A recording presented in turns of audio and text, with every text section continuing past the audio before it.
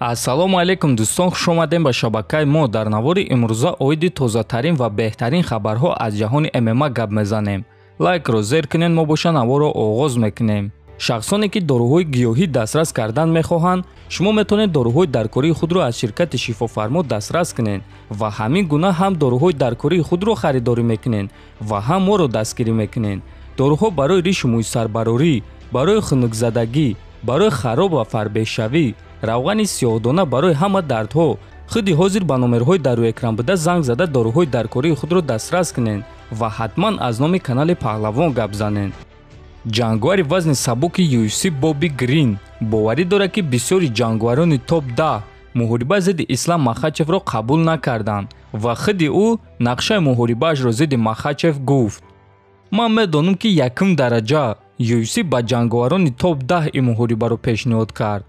Ман дар суханҳои худ ҷавоб медиҳам ки ҳамаи ин ҷангварҳо аз ин муҳориба тарсиданд.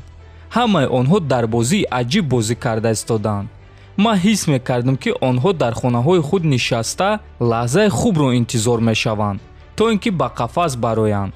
Аммо ман гуфтаним ки баъзе вақт ту бояд барои чунин муҳорибаҳо розӣ шавӣ.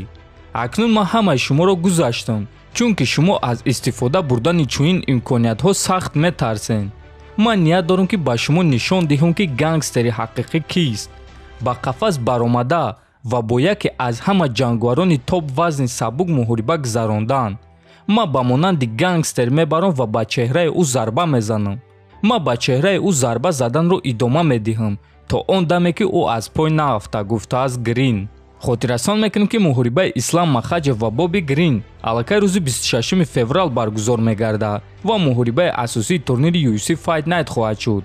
аз аввал рақиби Ислам Махачев бояд ки Бенел Дариуш мешуд, аммо ӯ дар вақти тамрин осеб гирифт ва аз ин муҳориба даст кашид.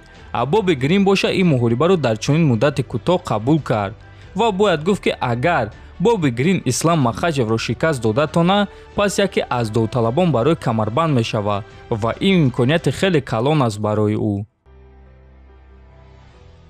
Чемпиони UFC Чарлз Оливейра навори тамринҳои худро барои омодагии муҳориба зидди Ҷастин Гейҷ нишон дод ва дар он дида мешавад ки чӣ гуна Оливейра дар стойка зарбазанӣ мекунад.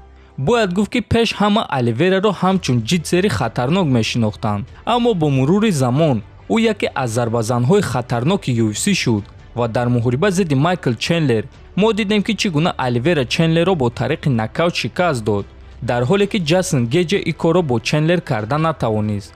Акнун савол дӯстон, ба фикри шумо Чарлз Оливейра бо ин малакаҳои худ яке аз нокаутерҳои вазни сабук Ҷастин Гейҷро дар стойка зада метавонад ё ин ки дар стойка Гейҷ чемпионро ба нокаут рой мекунад?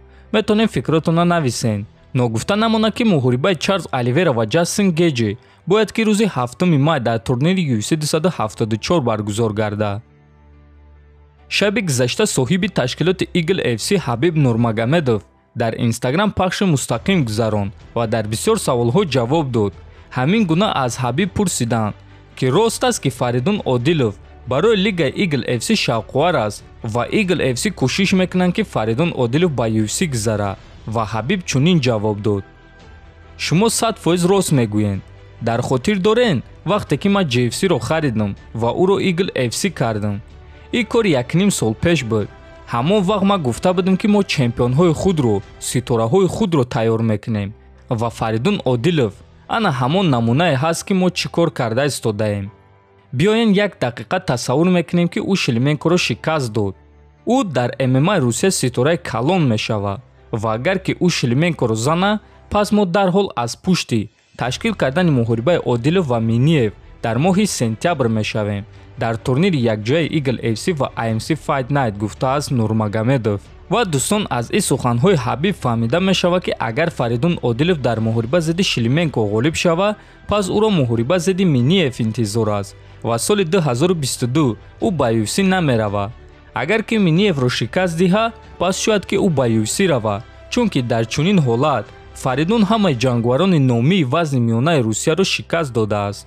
хотиррасон мекунем ки муҳорибаи Фаридун Одилов ва Александр Шилменко рӯзи 1 апрел дар турнири Eagle FC 47 баргузор мегардад ва муҳорибаи асосии турнир хоҳад шуд.